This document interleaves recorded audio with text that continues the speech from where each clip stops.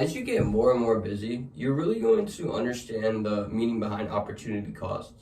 There's going to be things that you say yes to, that you might want to say yes to, but every time you do that, you take away from the ability to go do something else with your time. For example, if your friends that you haven't seen in maybe a few weeks or even a month or so, really good friends that you may have hung out with very consistently during a period of time in your life, but if you go and hang out with them now, let's say you're still in college, you're applying for internships, or you're on your way to graduating and you're applying for full time offers. If you spend, let's say, a 2 hour hangout session with them of just relaxing, and maybe you guys go out and you come home a little later than you normally do. As a result, you don't really follow your night routine. You're in your bed scrolling on social media, and you stay up pretty late, and you eventually you knock out, but you wake up the next day later, and you kind of get the after effect of doing this, and it has to eventually be analyzed, and you have to think about this. Is it worth your time? Is it really, really worth your time? Is it worth you hanging out with that group of friends so much so that the next day you're just pretty much cut in half in terms of your productivity? The time you spent hanging out with your friends, you could have applied to internships, you could have applied to full-time offers, you could have worked on your resume, you could have went to the gym, you could have meal prepped. There's so many different things that you need to keep in mind, especially when you're getting busy and you're really on self-improvement and you're trying to become the best version of yourself. There's going to be moments where you're going to have to say no, and you might not necessarily say, or you might not necessarily know why you have to say no right away, but you have to start with a no, and I'll let you know if I change my mind. Your initial answer whenever somebody tries to take time away from you or get you to commit to something, it shouldn't be an automatic yes. You should not feel bad saying no to people, because if you don't say no and you just become a yes man and you promise to hang out with that person and that person and that person, you promise to look at that person's resume, you promise to help that person with their homework, you promise to go bowling with your friends, there are going to be so many different activities that you're going to get occupied by that you're not going to have that time for yourself to improve on the areas that you need to do so. And as a result, you're going to feel pretty much drained giving away all your energy and resources to people. It's like that infamous saying of you can't pour from an empty cup. You have to make sure your glass is filled. If your glass isn't filled and you're constantly going out in different directions, it's not going to be beneficial to anybody. And then eventually you're going to get so drained that even when you are hanging out with the people that invited you to do so or requested your time in the first place, they're not going to enjoy your company anymore. And as a result, they might not ever ask you to hang out again. It's a weird logic, but honestly, if you're not helping them as much as they thought you would be, they're really not going to want to request too much time from you.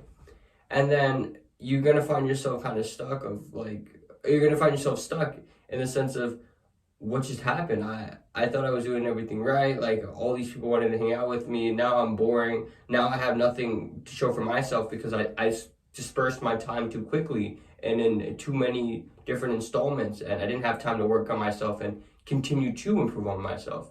And the thing about self-improvement is it's really a never-ending thing. It's more so a mindset and a kind of a way to live life by. It's not one of those things like painting a house. Once you paint it, it's done. You don't have to really worry about it. You have to consistently maintain your level of discipline on self-improvement. And it really does start off with saying no to people, especially if you're a social guy. And I know that's hard, especially when you're still in school, especially when you're surrounded by all your friends and people your age. You're going to want to network. You're going to want to go out on lunch dates, go get coffee and chats, whatever. But you have to really think about how you're delegating your time and where you're putting your time towards. I think the best thing you should start doing is create certain periods of the day or certain periods of the week that you can just allocate to having fun with people or spending time with people. You should give to yourself first, and in order to do this, you have to block out the time that you're going to spend improving your skill sets, improving your physique, your mental health, everything related to you and making you a better person always needs to come first. And in order to ensure that to happen, it's best you plan your day in that manner. So you want to wake up, you want to either do your morning routine or get your work done, however you function. And then you can have your first meal of the day, you can meal prep, and you can do whatever. But the sequence of which you have to construct your day starts with you, and it should end with you. You should have your night routine. But I understand there are days or there are nights that you are going to go out with your buddies, so that might get affected some nights. But majority of the time speaking, your day should consist of you doing the best stuff that you need to do in the morning for yourself. That's going to help you in the future. And then throughout the day, if you do have a little bit of spare time, you can use that towards a smaller networking event or a smaller time commitment of an event. You don't want to always have a lunch with your friend, or you don't want to always go out and go to like happy hours and stuff. The best thing you can do is really to prioritize yourself now, so that way in the future you can get to the opportunities that you truly want to have. I'm sure you much rather be celebrating on a big yacht with all your colleagues, all your coworkers, or even your employees if you're a future CEO, much rather than just going out to some party in someone's basement or going to a local bar that everybody just goes to because they're miserable, or anything that you think is really fun now. Trust me, if you wait and you put the effort towards growing yourself, you can enjoy a version of that a few years from now, maybe even longer than that, but at 10 times the level of happiness.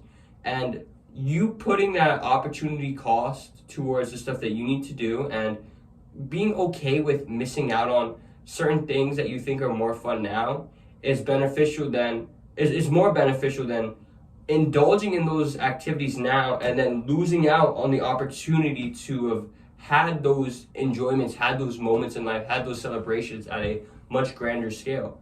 Trust me, it's hard to say no to these parties, bro. It really is. It's hard to say going out to the club, going out to the bars, whether it's the reason you religiously don't do any of those stuff, or if you just don't want to do it, if you don't find fun in that, or if you do find fun in it, but you know it's better for you to wait and not do that activity now.